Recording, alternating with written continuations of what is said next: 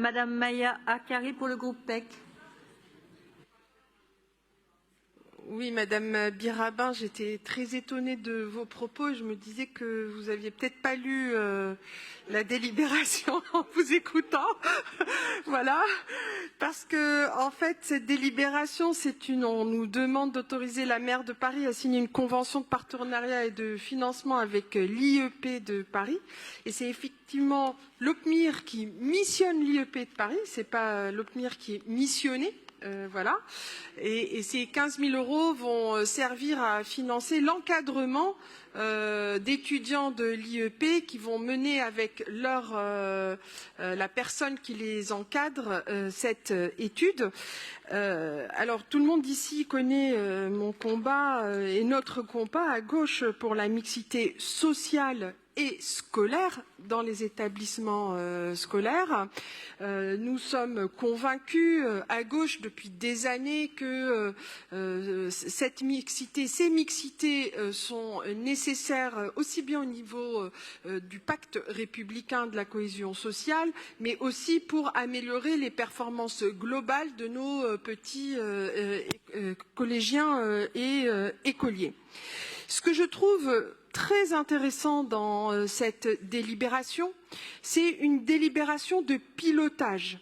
Parce que pendant des années, reconnaissons que, y compris à gauche, on a fait des grandes déclarations sur la mixité, mais qu'on peinait à la mettre en œuvre. Et que parfois, on l'a déclarée, on essayait de la mettre en place sans que cela soit piloté. Et ici, ce dispositif est un dispositif que nous souhaitons financer, est un dispositif d'observation, d'évaluation pour améliorer à l'avenir le fonctionnement de la mise en place de ces mixités. L'OPMIR en elle-même est une instance. C'est une première instance de pilotage, voilà.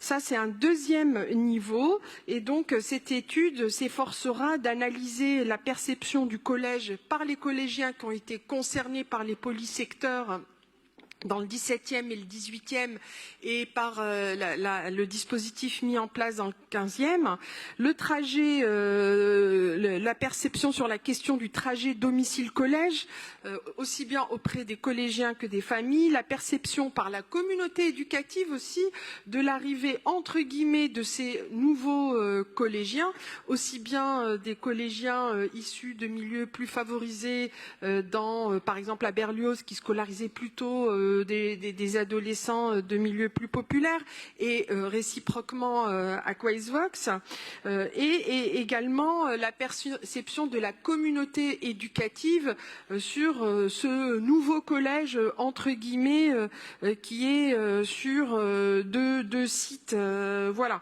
et puis également identifier les freins à l'inscription effective des enfants du secteur dans les collèges concernés pour que l'objectif soit atteint, parce que c'est vrai que lorsqu'on a mis en place tous ces dispositifs de mixité, beaucoup de familles ont joué le jeu, mais parfois certaines n'ont pas joué le jeu, et donc l'idée pour optimiser ce dispositif, c'est d'étudier les causes et de voir comment on peut agir pour améliorer les choses. Voilà, la question de la mixité sociale et scolaire dans notre école française qui garde encore beaucoup de son histoire élitiste est une cause qui avance lentement mais sûrement, et j'espère que petit à petit nous allons faire consensus autour de ce sujet important. Il y va de notre cohésion sociale, de la réussite de nos enfants, mais aussi de nos performances économiques, parce que mieux réussiront nos enfants et meilleures seront aussi nos performances économiques. Je vous remercie. Merci.